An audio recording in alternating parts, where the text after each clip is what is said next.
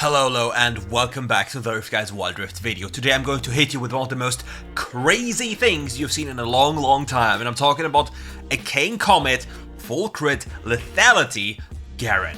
If you're wondering what the hell is going on, then let me tell you this. Garen in WildRift has a few issues. For example, Conqueror doesn't stack up on his third ability. Grasp feels like a very cool rune to have as well, but what about a rune that adds even more power to a full damage-centric playstyle? And here we have, well, as I mentioned it already, a Kane Comet. Damage is going to be very crazy, and all of you are very familiar with the Garen buff, so it's going to be very insane very fast. And in the distant past we had some issues with Garen's second ability, making yourself not tanky enough in the early game, but you see the damage, he just says nope, you just get dunked onto your forehead, stay mad.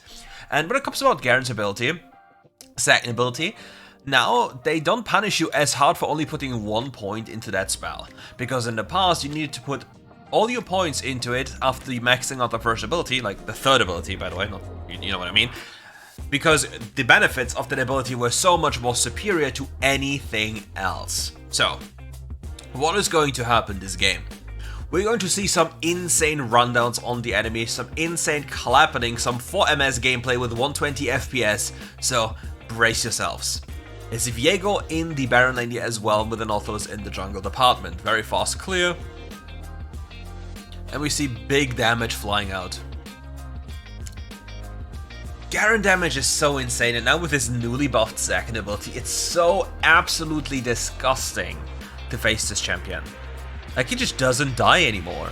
I mean, he didn't die before, but it's even worse. Yeah, Viego, you're dead. You just don't know it yet. Viego, you're just dead. Garen even made a mistake, by the way. He could have autoed and then used his first ability and then insta-R and didn't even need to run after that guy, so it's a mechanical misplay. Aw, poor Diana. Well, you are doomed. Ooh, that was actually nicely played by the Diana. Just dashing behind him to avoid the Nautilus hook.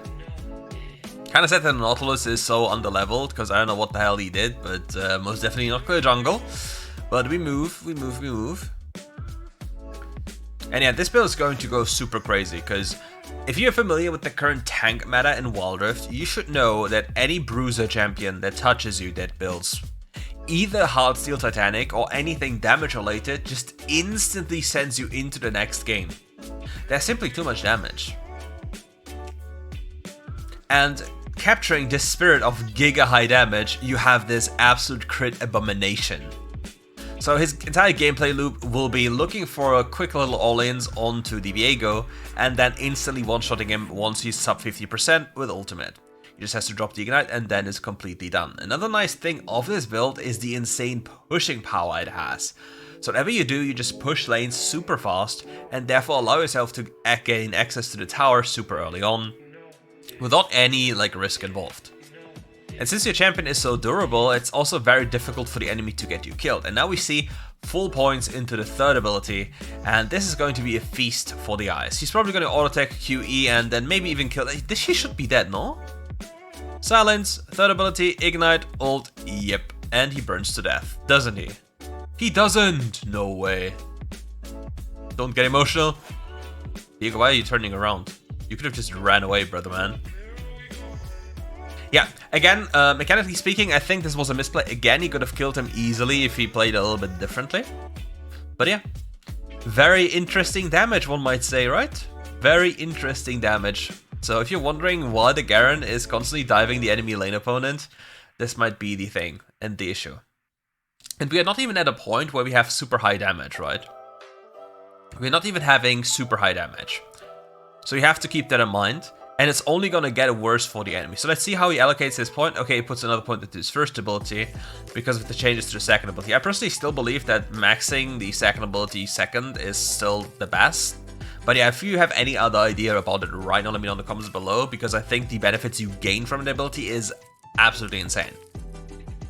So yeah, the little Viego Shinshin is in a lot of trouble up there.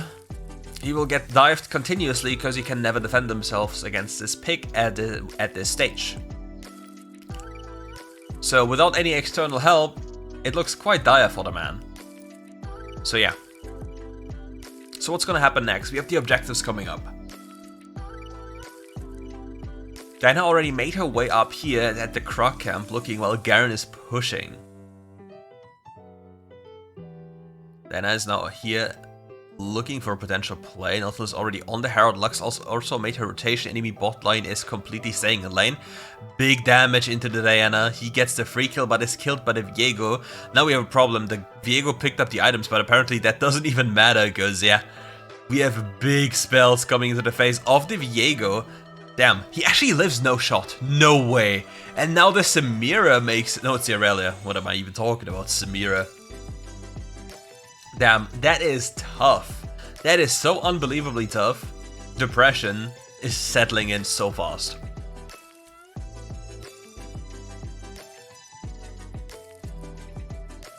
Aurelia now in the mid lane hits the poor Darius up there. Pops the ultimate as well. Garen is sitting in the sides just to look for another angle to get in. Dissuades the enemy from fully committing onto the Darius. And now chills in mid lane being ready for a dragon fight. So gold wise, like, it doesn't serve any purpose being here because it's just a 5v5 giga flip. Like, do you really want to take this as a team? But yeah, we apparently just going forward, pressing buttons, throwing our third ability, dealing massive damage, flashing forward, missing the Viego now on the Caitlyn. Caitlyn cannot survive this encounter. The Varus just executes him. Varus is such a lovely champion, so unbelievably overpowered. And now the Garen ultimate comes in. The Viego gets a reset onto the Darius, but will it be enough? It will never be enough. No way. There's no shot you survive, and he falls. So we have an absolute insane 5v5 crazy team fight for absolutely nothing. We love WildRift, don't we? Neither team did gain anything by just looking at this dragon. It's just one isolated single dragon. Anybody involved could have gotten just so much more gold without any risk involved by just getting their waves, and yeah. And one team was already clearly weaker or stronger than the other team, and considering their champions, with Nautilus, Lux, Varus, you will not move, so why are you even walking up with your champions? So yeah, I guess it's already a sealed deal with this game. Looking at the enemy's champions against these type of champions.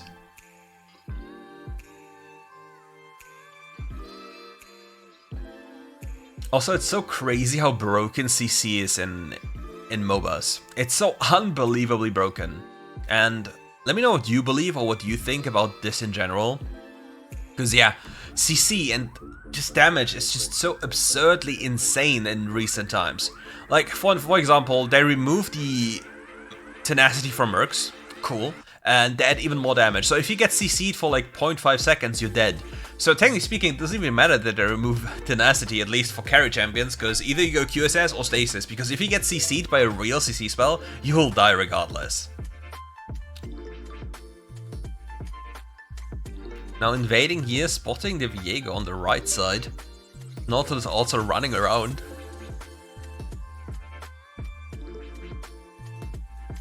Look at the damage this Garen is doing. It's only gonna get worse for the enemy.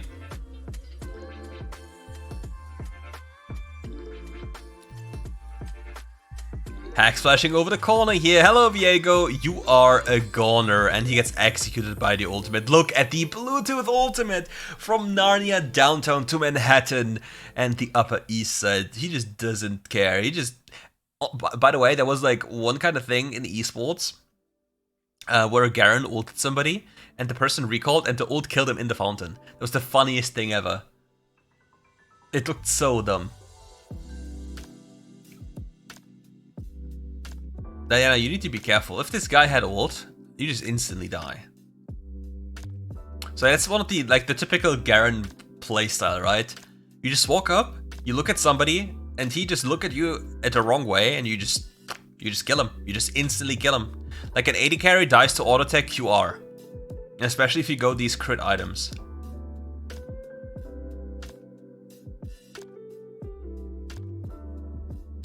It's so much insane damage. Oh, feels bad, man. But I got the feeling for this type of gameplay, maybe Phase Rush would be even better as a main rune. Because Comet, you don't have a slow in your kit, right? And therefore, without the red buff, hitting comets is not as reliable, and maybe getting a second rotation of spells might be a little bit better. Yeah, Garen champion taking damage. Mission impossible. With the Infinity Edge though, like if he crits you, you will definitely feel the crit. It's going to be some absurd madness if that guy claps you.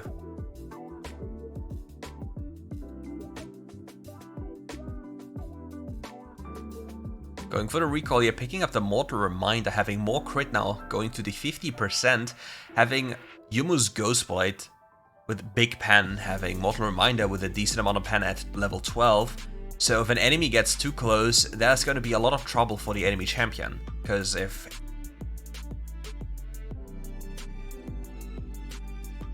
Did you just see the damage? Number 1, the Nautilus ult onto the Caitlyn, and number 2, the damage of the Garen. And this shit is kinda crazy. Now the dunk by the Darius going into the backline, 250 crits per instance, 306 crits on every single rotation of your 813 crit. Yeah. Can you imagine the craziness of thinking about this?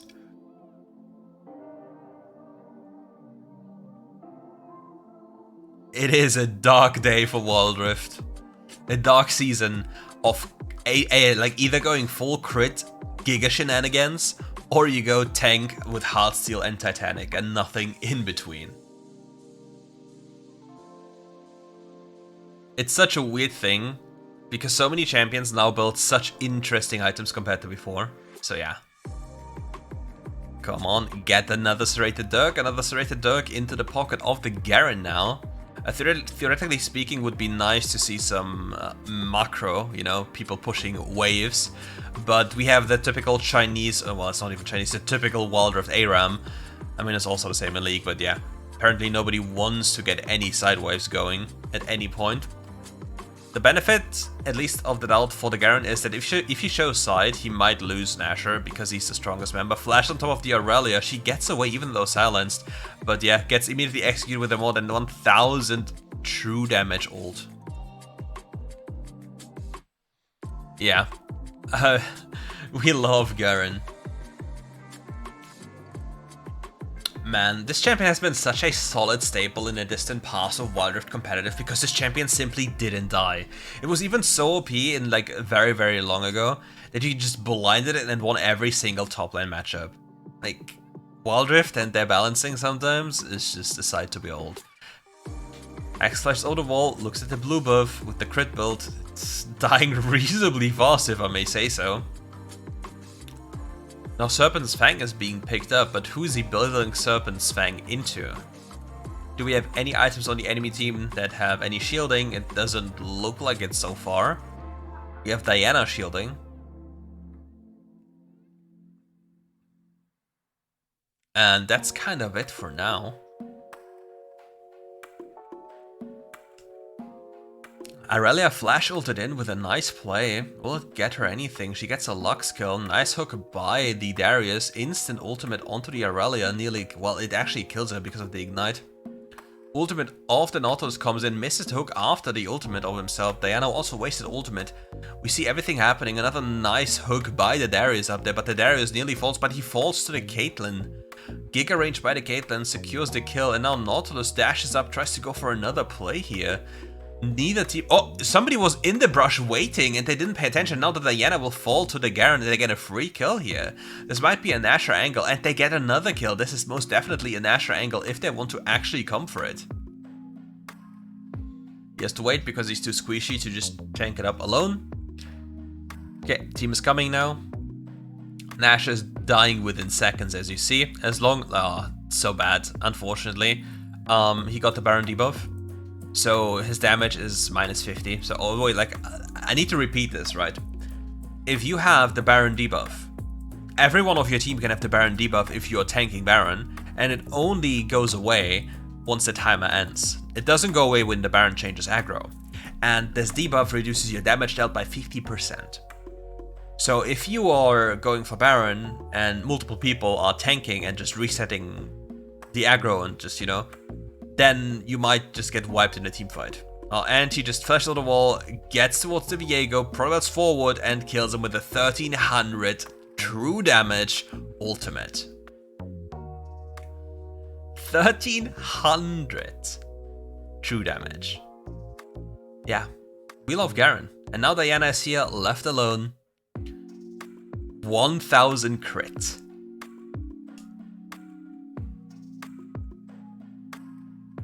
How cooked is WildRift, ladies and gentlemen? How cooked? And just because I'm curious, in recent memory, in your games, did you find anything very interesting, like champion-wise, build-wise, that somehow performed a lot better than you expected? If so, just let me know in the comments below, because I personally am curious to see some off-meta things, some more things on the crazy side, something that you wouldn't expect to normally happen. Like, we have seen AP Viego, who isn't really good, but if you get towards 3 to 4 items, you actually start dealing damage. A lot of damage. Crit Garen is another thing.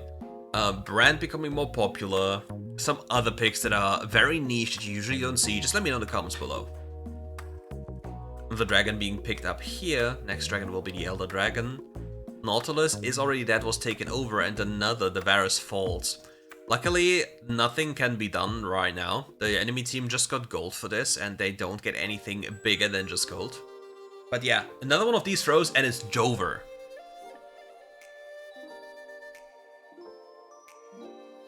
And you most certainly do not want to have that one happen, because losing a game like this is absolutely tragic, especially given that the Garen is absolutely carrying right now.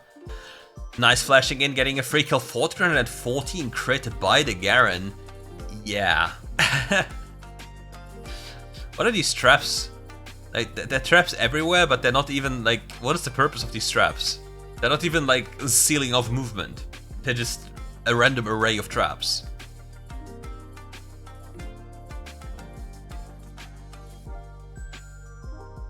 Damn, this ghost is tankier than the enemy's tankiest champion, by the way. Because you need 3 hits to get it killed. How funny is that one? That an enemy champion dies faster than this, flashes on top of her. Diana is here. Wait. Are you saying that Garen E just deals full damage through the Diana shield, like the crown? And as long as he doesn't use Q or R, there's no damage mitigation. That is also pretty much cooked in my opinion. Oh yeah, AP Nautilus makes an appearance, misses the hook as per usual. We have a Viego moment. Does he get the kill? No, he gets Varus rooted and falls as well. Only one person is left standing, it's Diana. She can maybe clear the wave with the price of her life. Another minion coming in, she misses that one, but there's a massive wave on the bottom side of the map.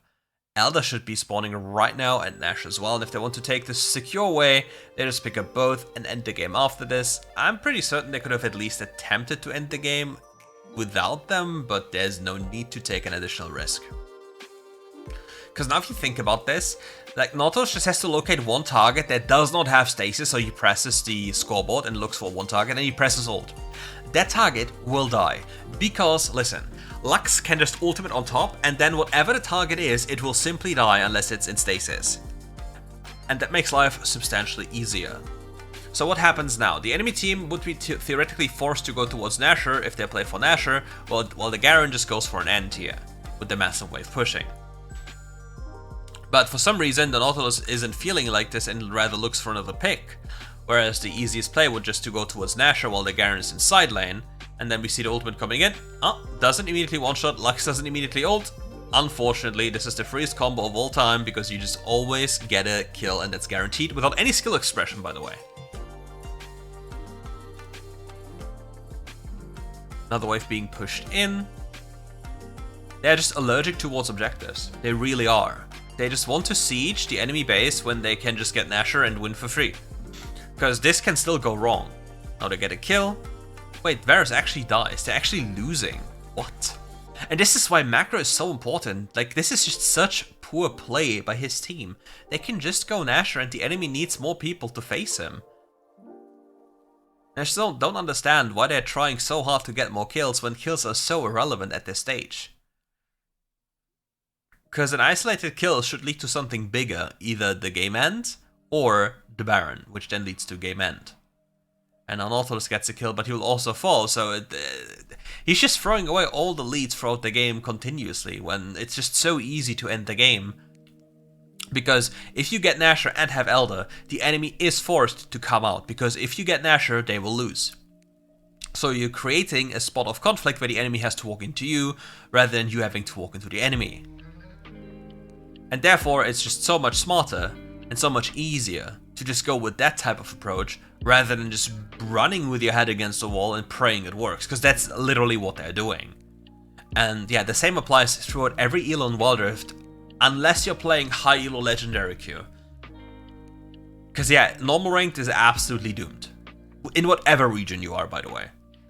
Because I've seen so many gameplays right now, and they were all Sovereign or Challenger, and it's always the same. It is quite always the same. Just because they press buttons faster and better, doesn't mean they're demigods. They still have a lot of issues by understanding where to be and why to be there. And this game just showcases beautifully that Nautilus, even though he has like 50 bazillion kills, is, yeah, just running around the map like as if his, what is it called? His GPS just stopped working. Like again, he's just walking in there for fun, enjoying the dopamine. Going forward, probably dying instantly, pops the Zhonya's. Nobody can really help him because he's completely alone, and he falls again. Good job, brother. Good job. Good job making the game so much more difficult for zero reason.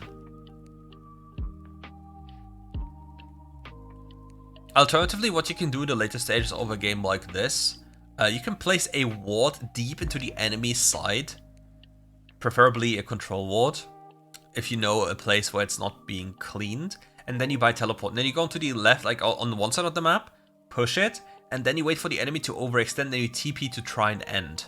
That happens and works a lot. Pops the ultimate, but it's a Caitlyn late game. Ultimate just doesn't do anything on its own. It deals less than an auto attack at this point, if the enemy isn't low. Because it's simply an execute. And this game has become so much harder for zero reason. Let's hope that Nautilus actually, you know, starts playing the game again and stops running into the enemy for fun, alone, without any backup. Viego needs to be careful. But who knows, maybe at this point, because it's 22 minutes into the game, Viego can actually fight back, but I highly doubt it, because unless he's crit himself, he's just gonna get absolutely demolished.